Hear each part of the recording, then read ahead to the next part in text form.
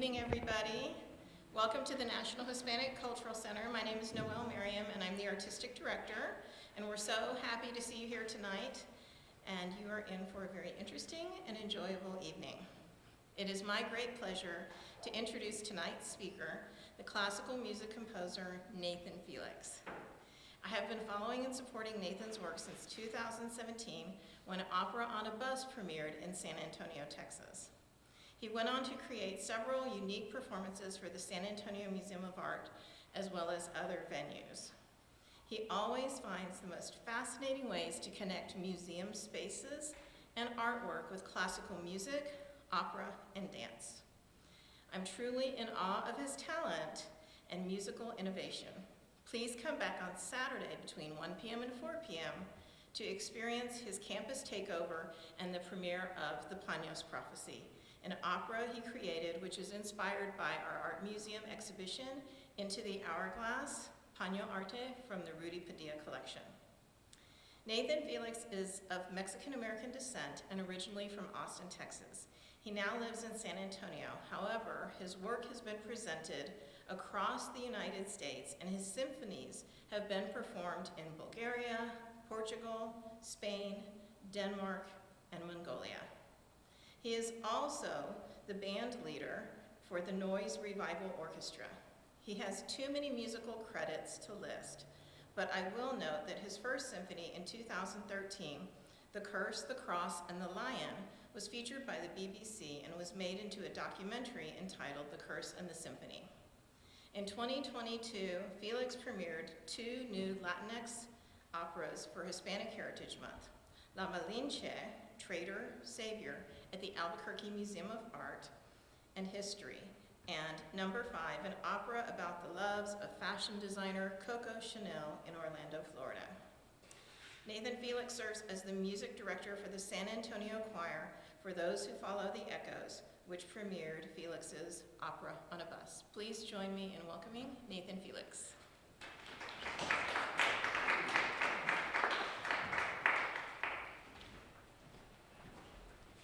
Thank you all. Thanks for coming. Very, very intimate. I feel like part of the work I do, immersive kind of works, is a lot about intimacy, and because you have that closeness and proximity. So I feel like, without putting you on the spot, but I kind of want to know your names because we've got this small group. But I'm Nathan. What are y'all's names? Linda. Linda? Gil. Linda and Gil. What about yourself? My name is Kevin. Oh, okay, cool. Not great at presentations, but I wanted to give you a little backdrop about some of my upbringing in music and art, and then maybe play a few things that I've done recently, and it might give an insight into what's going to transpire on Saturday. And Noelle, or Bella as I know her, I always get confused. I'm like, what do I call her? What setting are we in?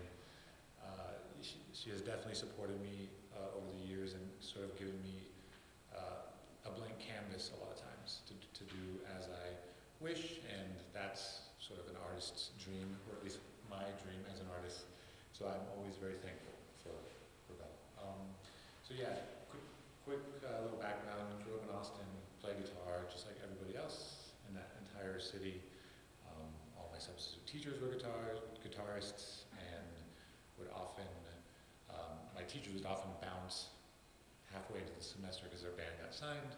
So I thought, okay, well that's kind of cool that you can just kind of travel around the world doing music, and so that piqued my interest. So I learned how to play guitar, and then I tried to go to school for music, and I had an interview with University of North Texas in Denton, which I heard Christopher talking about, that you almost went there. Well, I thought I was going to go there, and so I wanted to go to school for music, and so I went on this interview, and they go, what do you play? And I said, oh, guitar. And I said, oh, great, classical guitar, what's your repertoire? And I was like, no, I play the blues rock. I'm from Austin, just playing bands, or I want to play in bands. And they go, okay, well, that's cool.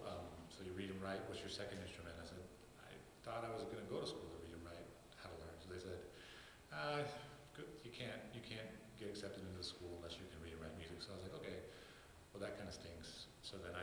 what's like the next best thing to do? And the next best thing to me was to hurry up and finish school so that I could go and be in a band. So I go, okay, I'm just going to go to school for advertising because it seems like the easiest thing to do. And my mom was like, you have to get a degree.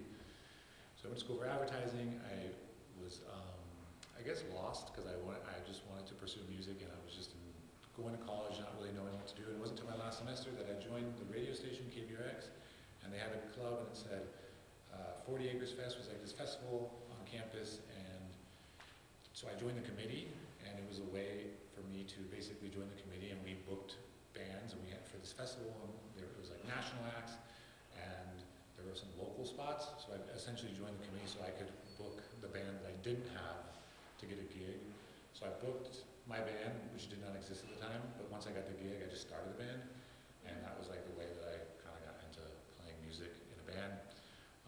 So I did that, and someone heard about it, and they said, hey, we heard you book bands, and I said, well, okay, I can book bands. So my first job out of college was not in advertising. I never intended to go into advertising, and I was booking for an agency, a booking agency, and I kind of just learned on the fly. I said yes, and so with this agency, we put bands on the road, and I thought, okay, if these bands are touring, they need openers. So then I thought, okay, I actually did ask my boss, and I said, hey, can I just book my band as an opener, and I'll just travel around the road, and I'll still do my job via the phone, booking bands? And he's like, yeah, sure, why not? He's like, just don't pay yourself. I was like, okay, cool. So I just got my friends to be in a band, and we just traveled around the country. And the way we made money, we actually did make money, is we just like sold CDs out of our trunk. But it was more of an experience just to see the country. And we actually ended up getting pretty good, and we got signed to a small label. But I did that for like 3 years. So 3 years traveling around the country with my brother and 2 best friends. And I remember on one of the last tours that we did, we had this show in Boston. And the next day we had to get back to Austin because we had this showcase from the label. And so that was, I think, like over a 30-hour drive. Like we had to just book it. And we were already tired of each other. So classic, story of a band. We all were at each other's throats, and we were just, there was a lot of chaos in the band. And I remember the way that we calmed down was we turned on the classical music station, and I was driving, I was like the first shift overnight, and I started to fall in love with what I was hearing in classical music. And being in a punk band, that's sort of the antithesis of classical, and so I thought, I've always thought I was too, as a punk, I couldn't like classical. I thought that would be selling out, but I started to really like what I heard, and my brother saw that, and so he encouraged me to explore that more, and he took me to my first symphony, which was John Corigliano's Circus Maximus, and then he showed me Philip Glass, and I fell in love with arpeggios, and I realized I started to get scared at maybe 23 or 24 years old, because I thought, I don't want to be in my 40s and 50s playing in bars, because that's what a lot of awesome musicians end up doing, and that's okay, nothing wrong with that, but I just didn't want to do that. So I thought, well, what's the next best thing? It's like, okay, well, if I'm a classical music composer, I think they age a little better. So I thought, let's try that.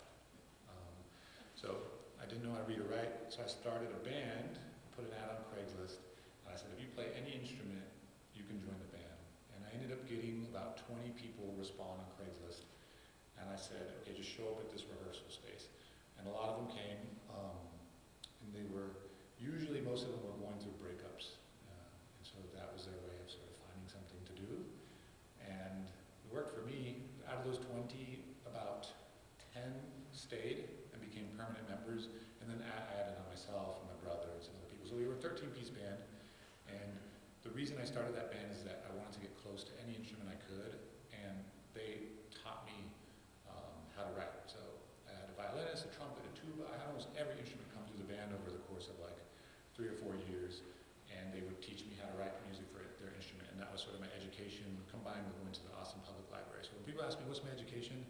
Sometimes I say UT, University of Texas, but sometimes I like to say Austin Public Library. And we ended up getting pretty good. And we got covered by like MTV, and we got on NPR. We got invited. I actually started to get music in movie soundtracks that were from the band, and we ended up whole thing was supposed to be a transition thing where playing the band, and then I'm a classical music composer, but that sort of got put aside because I was sort of just reveling in this kind of seeing the world thing through music. But always in the back of my mind, I knew I wanted to switch to classical composition. So eventually, I did feel this ceiling, at least from my musical spirit. So I said, okay, now's the time to leave. And so I always wanted to go to Los Angeles. So I had that symphony that Bella mentioned, The Curse Across the Line. So I was like, I'm going to move to LA, and I'm going to make movie soundtracks. And I've told this story quite a bit. That moving to LA was one of the, it's very controversial for me personally, like my soul, because my dad was born in LA. I actually haven't talked to my dad since I was 6, but so there's something like inherent in my family that I'm attracted to LA. I love the weather. Obviously, I'm Hispanic. I love Mexican food. I actually love that side, the Baja Mexico food compared to like Texas, Nuevo Laredo. So I love LA for that. I love it. I miss it. I love the weather. I love the art. But I was yanked out of there because my mom she needed someone to take care of her, and since I was a musician and I didn't have a full-time job, I left LA, and I've always wanted to go back. But the story I tell everyone is this. So I went there in November of 2013. 1 week in, my mentor friend who did film scores for all sorts of films, he was working on a movie called Rango, or he had worked on a movie called Rango with Hans Zimmer, so he became friends with Hans Zimmer. My friend Rick Garcia did all if you've seen Rango, he did all the mariachi, the birds. So he sang those, wrote those parts. So I'm hanging out with Rick, and we're in Malibu, and he says, hey, you got a friend, just want you to meet, like, let's go hang and kick it. He's like, let me text my friend. So he texts his friend, and we walk up to this like warehouse building outside, and this guy opens the door. And he's like, Rick, what's up? And then Rick's like, hey, Hans. And I was like, wait, that's Hans Zimmer. And Hans is like, hey, Nathan. I was like, hey, hi. Like, he's like, Rick has told me all about you. Welcome to LA. I heard you're really talented. I've heard some of your music. Like, hey, come, let's hang out. So it was pretty late at night. It was like 10 or 11 p.m. And he's like, yo, let's grab some coffee and come into my workstation room. So I was like, okay. So he makes me coffee, and he's talking, and he sits down, and he goes, hey, check this out. He's like, I'm working on this film. He's like, I want to know what you think. I said, okay. So he has this like size of this room, screens all the way around, and he presses space bar, and it was a Spider-Man at the time that had not been released. So whatever the Spider-Man, I think it was a Tobey Maguire or something. I've never been a Spider-Man guy, but that era. And so he plays it like, I don't know, a minute and a half, and he goes, so he stops, and then he turns around, he looks up to me, and he goes, what do you think? And my mind is just thinking, like, I wasn't even really paying attention. I was just kind of in awe that, okay, I'm here in the studio. So I'm like, that's great, Hans, good work. And he's like, I don't know, it's not my best. And I was like, it's great. I just didn't know what to say. So we hang out a little bit, finish the coffee, and he says, Nathan, why don't you come back next week?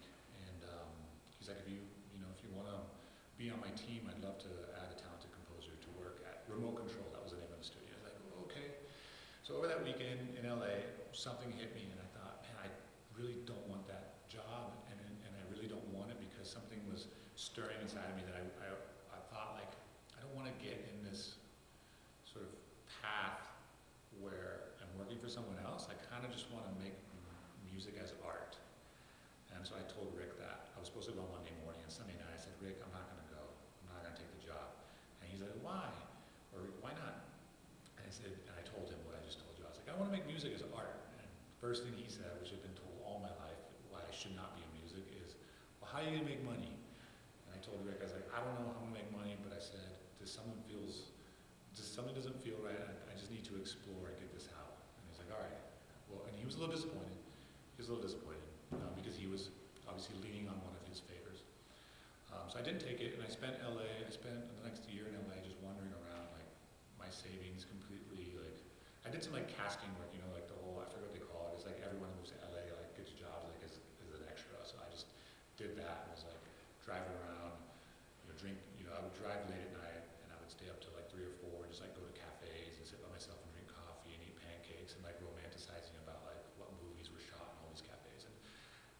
Austin just was very romantic during that period for me. I was just exploring. I came across a lot of warehouse parties that had like all these really cool art scenes and art music and classical music in the train station and in the warehouses in downtown LA. And so I was feeling inspired, but I was also feeling a little lost. I was feeling a little depressed because I wasn't creating anything. Okay, so that's the story of LA. My mom gets hurt, I have to move back to Austin. And this is where everything changed for me. So I moved back to Austin, I'm super depressed because I'm taking care of my mom who can't walk and she can't use one of her arms. She broke her leg and arm at the same time. And I'm like living with my mom again. And she needs me like to take care of her as a nurse. And like it was really depressing. And you know, eventually I just said, you know what, I'm gonna pay for it, whatever money I have, Mom, I'm just gonna get you someone to take care of you and I'll come and check on you. For my mental health, I was like, I need to get out of here. So I did that. I'm in Austin and I had a house, kicked out the people that were renting it, and they ruined it. It had an infestation of rats and roaches, so I had to gut it, and I had this empty house. And so I'm sitting there, no money, you know, was following my dream in LA, that didn't work out, you know, back in Austin, living with my mom, I had this empty house that in order for me to renovate, like, I don't even have the money to do. So I said, I'm just gonna sell it and see what money I can make, but before I sell it, fix it up, and there was no furniture, and I said, what can I do in here? I said, this is an opportunity for do something. So I said, okay. I started a band on Craigslist. I said, what if I just get as many pianos as I can off of Craigslist for free? And I just put pianos all in the house, and then I'll write music for however many pianos I have, and I'll invite the community, and we'll just all sit on the floor, and I'll just do these classical compositions, inspired by LA. And so I did it. I went on Craigslist. I found 7 pianos, but one was like unusable, so I ended up having 6 that were workable, and put mirrors on the walls, so the pianos faced the walls, and they would see the conductor through the mirror. And I wrote music for 6 pianos, and that was so fulfilling. When I did the concert for free, I did donations. All the money went to like, I ended up donating the pianos to schools, and then the money went to the tuning of them and implementing like musicians to go give lessons after school to these areas that were like sort of underserved communities. And it was so fulfilling for me that I felt like I'm creating art. And that just sort of spawned the next chapter of my life. I had sold the house, and then I thought, okay, well, I don't want to live in Austin anymore because it's too expensive, so I went down to San Antonio. I had already been going there. I heard about the art scene. So I was like, okay, so I bought a small little house close to downtown in San Antonio, and I realized there was like no flagship composer there, and so I thought, okay, this is my chance to sort of just make a name for myself. And I ended up talking to some museums. I ended up talking to the bus company. I did this opera on a bus, and the way it worked, this is the only one I don't have a video of. There was this bus line that went to all the museums, like I think 4 different ones, and it was not being used a lot, so the bus company was like, well, let's do it on this one. So I got singers and actors to like be stationed, like it stopped like in the Alamo, and it stopped at some other museums. So I had singers that were on the bus to begin with, going 2 separate directions, and each stop, an actor would come on, or a singer would come on, and there would be like, I think it was like this, the story was like weird. It was like this astronaut comes and lands at the Alamo, and he's like trying to look at Texas, but he's like from the future, so he gets on the bus, and like, we didn't tell the bus patrons that they knew it was a concert, but we didn't tell them what was gonna happen. Then he fights with like the modern day person, and like this and that, and then as they meet, we stopped at a park. Everyone gets on both buses, and then we do this sort of dub release ceremony thing with the singers and everything, and then everyone gets on whatever bus they want to go on. Anyway, so it was very, it was intricate. The reason I like to explain that is because a lot of things have been done on trains and buses and under bridges and museums, but a lot of them, to me, and again, I'm generalizing, you know, they put singers on a bus and they'll sing some Italian opera. And so I want people to know that it wasn't just that. It was very complex, very guerrilla style, and it was original music, and it was on and off the bus, and it was a lot of you know, peeling of an onion.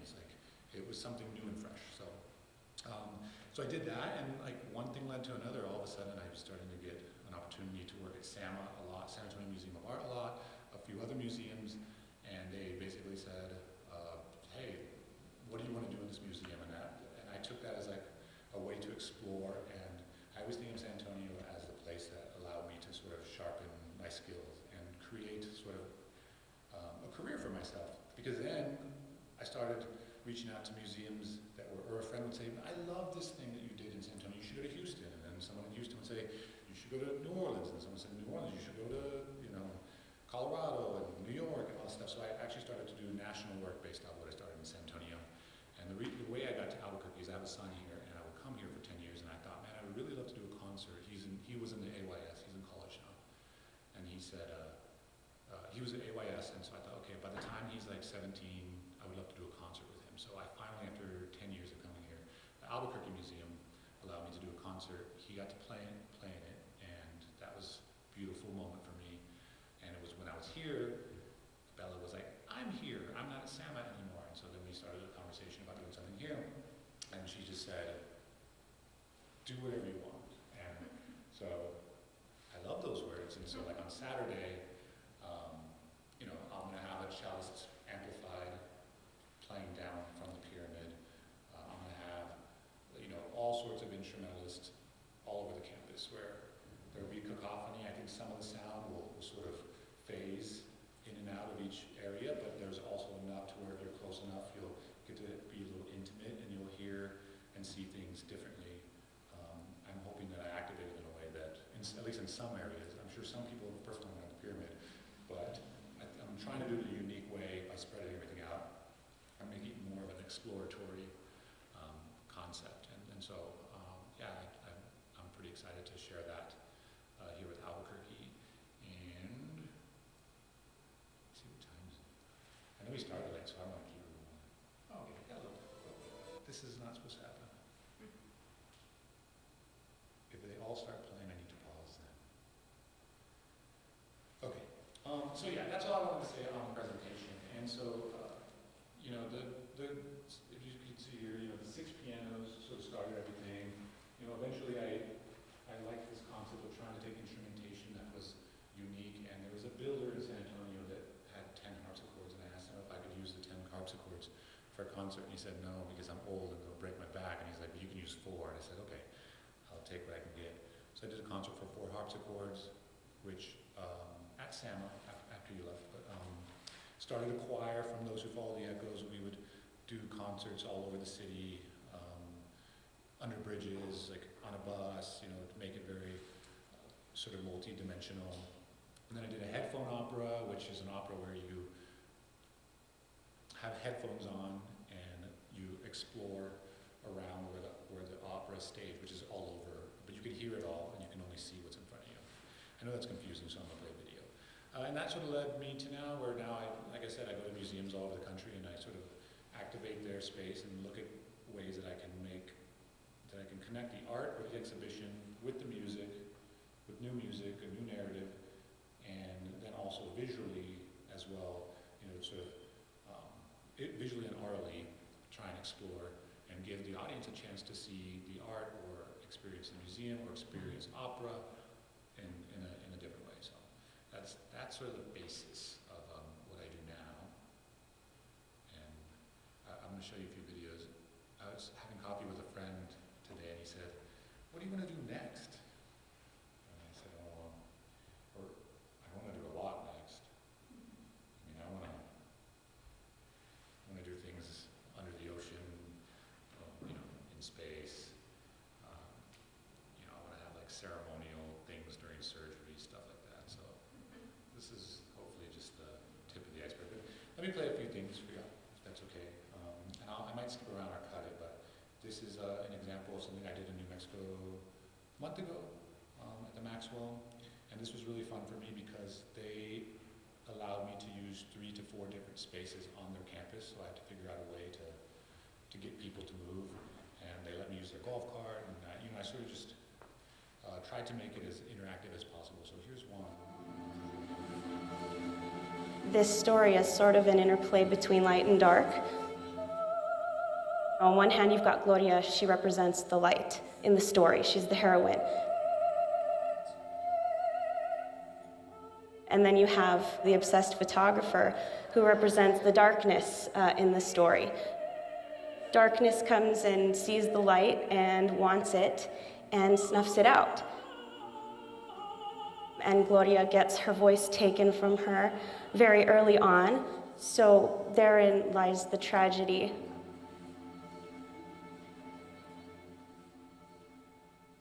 I'm Jennifer Perez. I live in Santa Fe, New Mexico. Super honored to be a part of Glory Gone by Nathan Felix.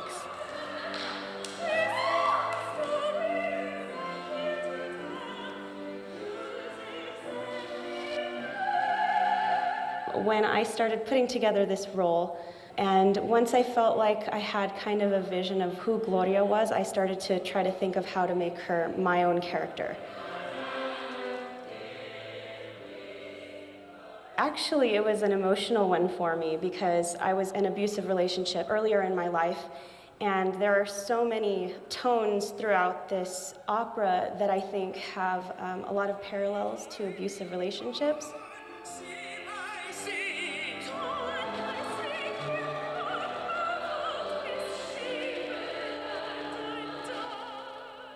So if I'm being really honest, it was really reflecting on that hard time in my life that helped me the most to putting this character together.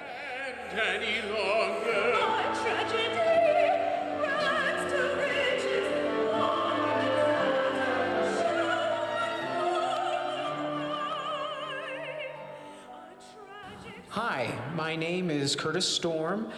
I'm going to be singing the role of the photographer in Nathan Felix' Glory Gone, being performed here at the Maxwell Museum.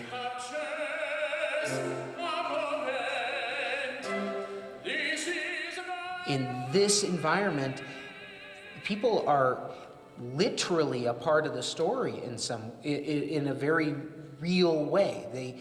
They're standing right next to these characters as these things are happening. They see the photographer attack Gloria right in front of them, feet away from them, maybe even closer. And I think it can offer a very unique and moving artistic experience for audience members that can't really be captured in a different way. Transplanting someone right in the middle of a story and having them be witness to it instead of an audience of it. Moving from space to space makes things a lot more interesting and dynamic. We're moving from building to building, and I think that the change of venues ends up being really powerful and really exciting. It means that all of a sudden everything changes in a very dramatic way and in a really effective way. I, for one, have been really looking forward to doing something that's contemporary and just new, and it gives me an opportunity, especially as an up-and-coming musician, as a very young musician, to be flexible in my mindset and how my mind switches between each character and my role from scene to scene.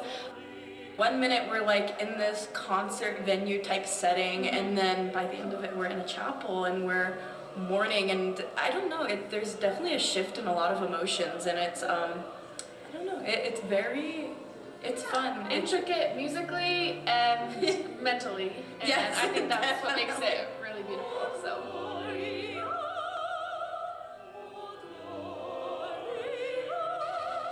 That was one. I'm going to show a few clips other.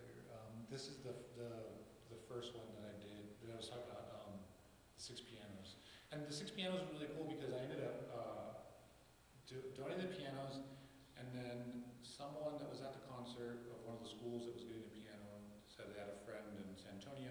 So then I did the concept 6 pianos in San Antonio, donated those pianos. Then someone that was at the concert was from Spain, so then I went to Spain to do 6 pianos. And then someone at the concert in Barcelona was from Melbourne, so then they flew me to Australia to do the 6 pianos and donate the pianos, do the concert, and then Houston. So it was like, I did it 5 times in 5 different cities, 3 different countries, so it was really cool. But this was the original. All the ones that happened afterwards were kind of done in warehouses. It was like more of a production, but I liked this one because it was in my house. So.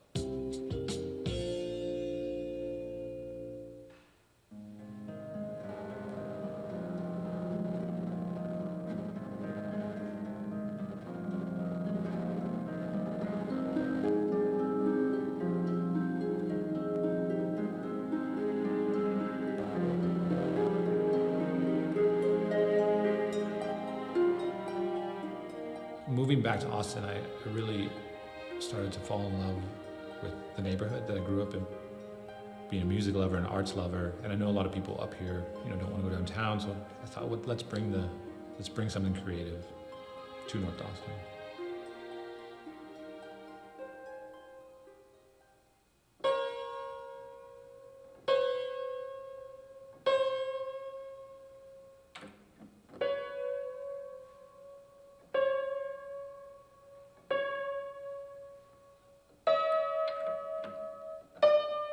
So you have to bring it above pitch because, like anything, stretch back down. This piano is almost a whole step flat, so. Okay, so I was living in LA, and I was really inspired by this opera, this concept of an opera that was done in the train station.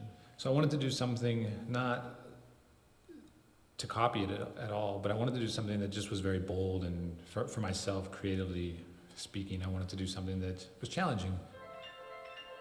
One night I was laying in my bed in LA, and I said, I'm gonna write for 6 pianos. And I don't really compose for piano, so I mainly do choral and orchestra stuff, but I don't write for piano. I don't even play piano. But I know what I want it to sound like, and I know what piano styles I like, and so if you're listening to headphones and you sort of have different sounds coming from all different directions, I'll start off with one piano playing this, and then, well, how can I harmonize over here? And then how can this one come out of the picture? And then maybe these two pop up, and then what if they're all playing at the same time? And how can we just create this journey for the listener? But it's really experimental. I have no idea what it's going to sound like. When we get to rehearsal, it could just fall to pieces, and I'll completely embarrass myself. The area is, it has its share of problems, maybe a little more so than some, but it has a lot of character, and it's special. I have a lot of special memories here, and probably more people here are from Austin than most of the parts of Austin, so it has a certain type of foundation. I've invited the neighbors, my next door neighbors, and on the street, told everyone, hey, if you're in North Austin, please come, introduce yourself, feel welcome. It's special to me, so I want it to be something that connects with people. 1, 2, 3. That's the classical music.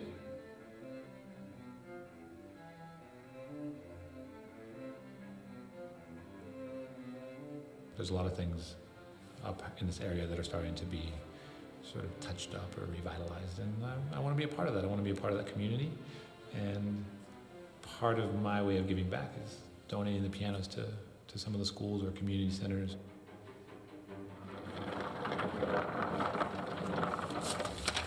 Yeah, that's not that bad. Here you go.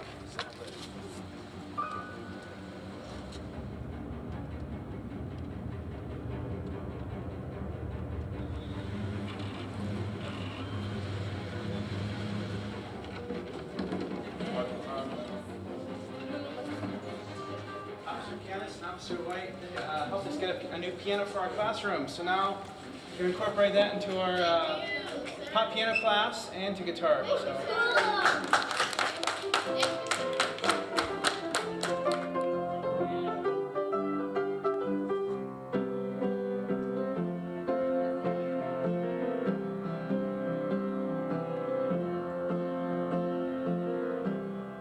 My goal is to build this relationship with these schools, so that maybe they need a free lesson here and there, or maybe some of the musicians I can, rally together and we can donate some of our time to meet with the kids more than just that one time, and get some lessons, or maybe even just get some advice. So my goal is a lot bigger. I want to start grooming and growing the next, crop of young, talented kids.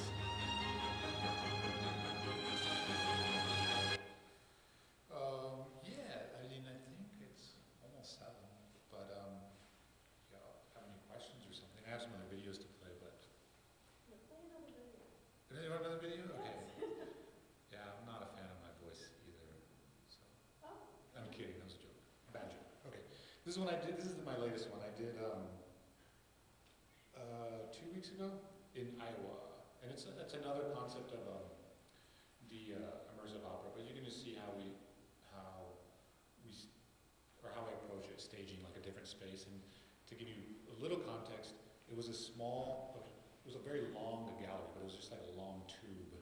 And when I came in, and they were like, "Oh, you should do it in front of this artwork or that artwork," and I walked around and I said, "No," I want to do it in the entire music building. So we ended up doing it in 3 or 4 different spaces and outside. So, and of course it freaks them out, but then once they see the process, they're like, "Oh, okay, that makes sense. That was cool." But this is.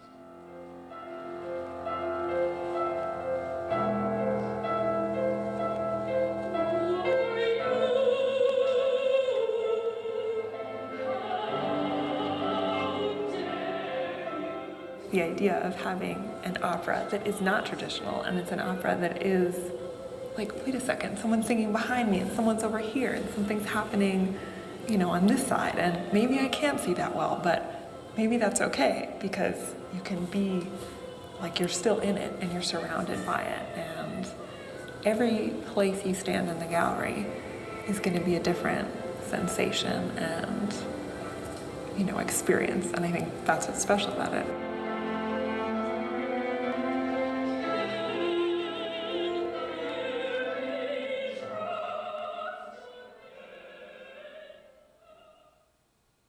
We're sitting in the show Freehand, Drawings and Prints by Judy Pfaff. To me, the idea of having the immersive opera in here and to having this other form and this other energetic experience of having music and performance in this space be this really exciting collaboration with her work and with what Nathan has created for the opera. The most challenging part of this opera was the staging. It's a pretty unique experience for me, having it take place in different places and having different levels to the staging, and it was also pretty quick with the staging, and I haven't been in a process where it's been so fast.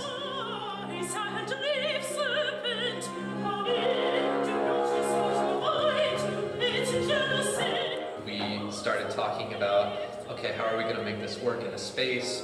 What kind of things are we going to do to fill the gaps when we don't have sung lines? So that's been really interesting and great to work through as a cast.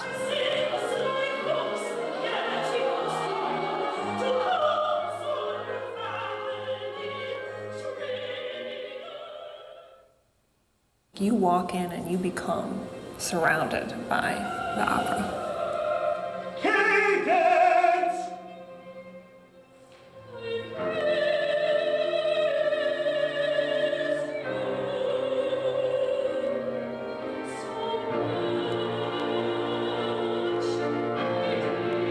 It's been exciting to watch the singers in here and feel like the space changes.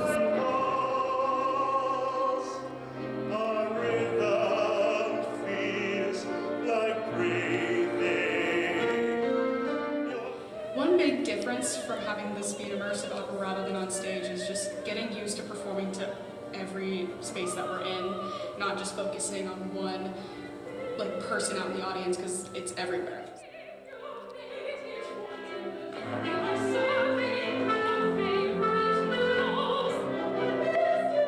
And I'm hoping the audience, I hope they can take it all in. I hope it feels simultaneously overwhelming and something that they can feel a part of.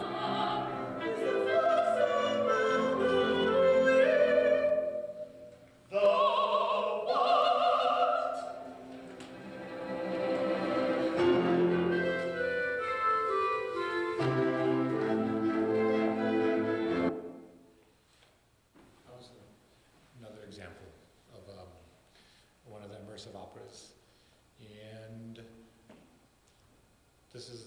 this here at the Cultural Center on Saturday will be my 3rd one this fall, and then I have 2 others, one in Charlottesville, Virginia next week, and then 2 weeks later in Louisville, and then so 5 in the fall, and I wrote them all in the summer.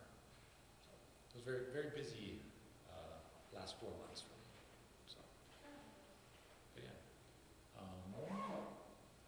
If y'all have any questions or anything, I'd be happy to answer.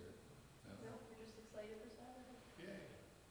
How far in advance do the performers get the musical scores, and do they ever rebel against this idea of not performing on stage but in buildings?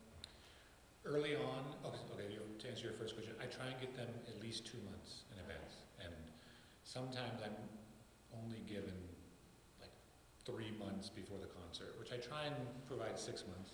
But, you know, I have a hard time saying no, so I just like to do music more so than not. Yeah, so at least a couple months in advance. Now I have these videos and I say, this is what we're doing. So before I cast it, and I'm very direct and I say, I love physicality, I want, this is a show, this is not just stand and sing. So they know now, but early on, I learned that opera singers, half of them prefer, or are not as open as about this type of staging. So I had a few of my early concerts where if I had a bad, or what I would consider like a bad performer, I would have to sort of hide by, you know, minimizing or reducing their role. But now everyone knows. If you work with me, you're gonna get, you know, you're gonna be running, you're gonna be jumping, you're gonna be sliding, you're gonna be moving. So. Wow.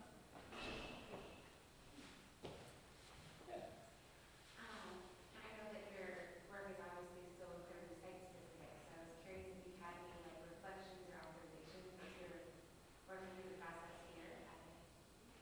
Yeah, that's a good question. I meant to talk about that too. Doing the, you know, so the opera that I'm doing, premiering on Saturday, is called The Baños Prophecy, and it was directly inspired by the Baños Rudy Padilla collection. And so the story is about actually an incarcerated person that is being released from prison, and his daughter was conceived when he was first in jail. So yes, he's talked to her and seen her, but never physically like given her a hug. So it's 20 years later, he's released, and so it's following his story of like reacclimating to the real world, and this relationship that has only been sort of fostered behind bars. And so like all my operas now, and like most opera, there's drama, so there's going to be conflict, but what I do, you know, and he, you know, well, sort of towards the end, he gives her this gift, and it's a baño, and it's something that is like means a lot to him and represents his time while he was incarcerated, which actually became part of his story. And you probably won't get a lot of this from the opera, but it becomes part of his story, and he realizes that he did build community and relationships while he was in prison, and so this represents that, and now he wants to pass it on to her. Yeah, I wanted to somehow incorporate. I did a lot of like reading. There's probably more reading on like forums, and I did a lot of Google searching. I was like, I want to find some stories of, you know, I want to find some Reddit thread where somebody talks about their personal story or personal history. So I try to just take this sort of wide, general approach to it in terms of like all the different stories that I found online. A few of my friends like connected me with some of their relatives and stuff like that, and I sort of just try to squash it all into one short story. And I'm hoping that the visual backdrop will be something that will help tell the story or move it along. So the exhibit here is on Paños. One of the new exhibition, I think they have other art in. No, but did you know that before you started, or that's what you started from? Oh, I knew beforehand. I knew before it went up. I was given some PDF files of some of the baños that were going to be in it, and I think they walked me through some of the collection, and so I got to see them beforehand. So yeah, I knew going in. Do you have a favorite immersive opera that you've done so far? That I've done so far. My favorite one was the one I did on, well, I've done a couple on headphones, but it was the headphone opera that I talked about. And the reason I liked it was, A, it was very interactive, but B, it was a story of, it was my first opera. And it was the story of my grandmother and grandfather's coming to the United States in World War II. And I never met my grandfather. He died before I was born, and my grandmother is no longer alive. And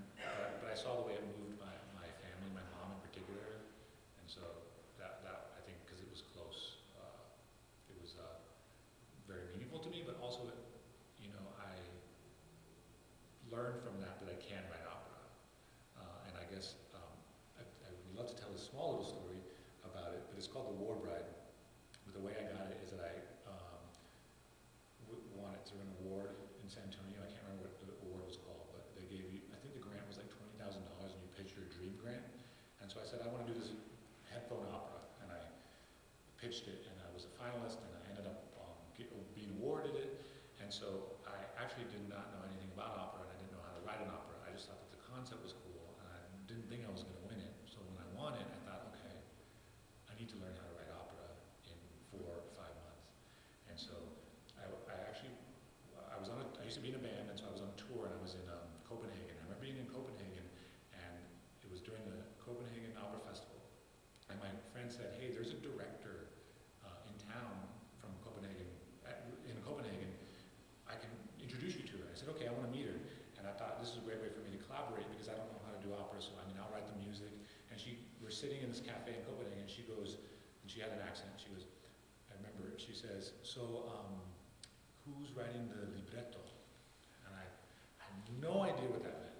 And I was sitting there and I thought, oh, create a diversion. So I turned to my friend and I was like, I think I got to the airport. I just made something up. And I really did have to go to the airport, but I just felt so embarrassed. And I was like, I hope she didn't notice. And my friend Michael, who was just like he plays lap steel, he's like, what's a libretto? And I was like, I don't know. And I didn't have, I didn't have an Apple phone at the time, so I couldn't have Wi-Fi. So I had to get on the flight, go 9 hours back to the US before I got like Google. And I was like, first thing I was like, what is a libretto? And I was like, oh, okay, that's what it is. And I thought, well, how do you write one? So I just looked up on Google and I said, who wrote some famous operas? And I was like, well, Mozart. So I looked up Mozart and I found a free copy of one of his operas. And so then I just copied and pasted it and put it in a PDF file. And I don't know what it's called, which opera of his it was. But the title, I was like, The War Bride. And then I was like, Mozart, erase. Nathan Felix. And I just went down and anyways, that's how I learned how to write opera. But the more important thing was that through that, I learned that it's just like, music is music, singing is singing. Yes, there's nuance to every type of art form, but like, I think inherently I'm able to create music and I just need a little navigating. So I thought I would share that story. It's kind of fun. So, yeah.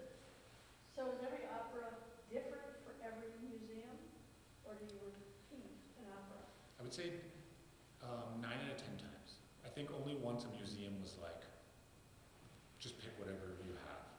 But usually I like to write it in response to the exhibition. Yeah. It's a lot more work for me, but it's also, I guess that's what I do. So, yeah. So each one is different. And sometimes I do stage, like for instance, I did one in an opera or in a museum, and then I also took it on a stage. So I like to present them as many times as possible because it's a lot of work, and sometimes I really like the music that I come up with and the story, and I thought, oh, more people need to see this. So yeah, that's sort of my challenge.